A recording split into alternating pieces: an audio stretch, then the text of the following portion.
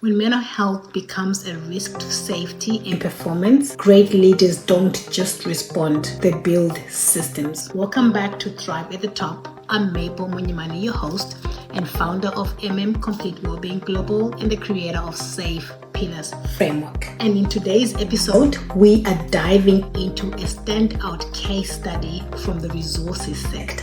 One that shows exactly what it looks like to move beyond awareness into foundations. We're talking about Mineral Resource, one of Australia's most influential resource companies, and how they are tackling mental health in one of the most high-pressure, high-risk environments in the fly-in, fly-out mine sites. Let's start with the problem on the ground. What is the problem? I'm going to set the scene, okay? So, Mineral Resource, or what they shorten themselves to be, MinRes, has over 7,500 employees working across remote fly-in, fly-out operations. These aren't typical workplace settings.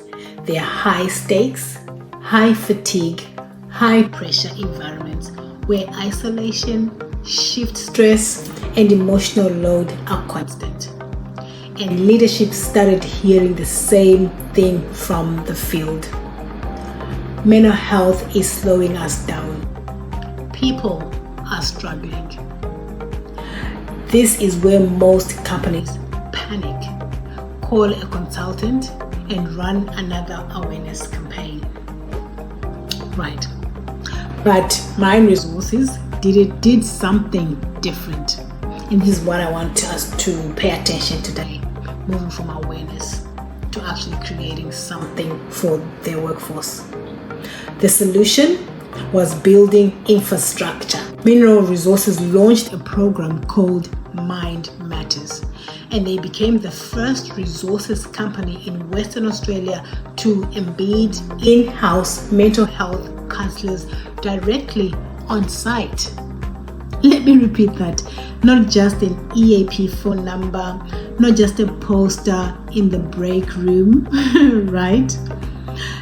They rostered 7 counselors across their mine sites and Perth offices, working what they call the 4-3 rotation, just like the operational team. The goal?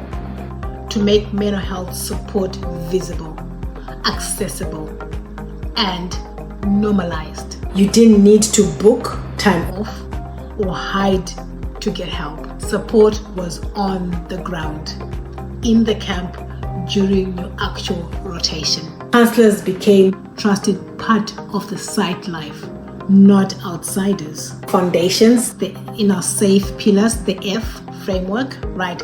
This is exactly what we're talking about.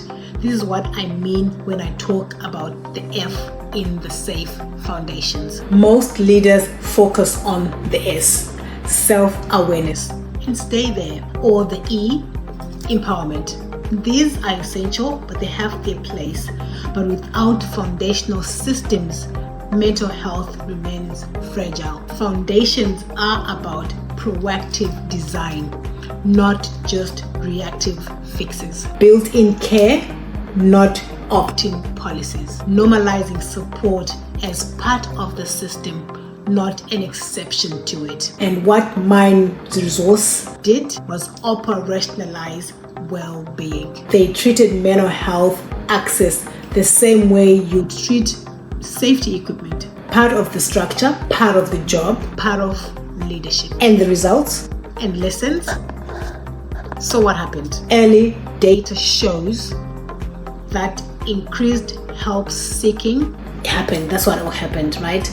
Destigmatization of mental health conversations on site, better engagement with existing support programs, a clear message that well-being isn't an add-on but that is actually embedded into the system.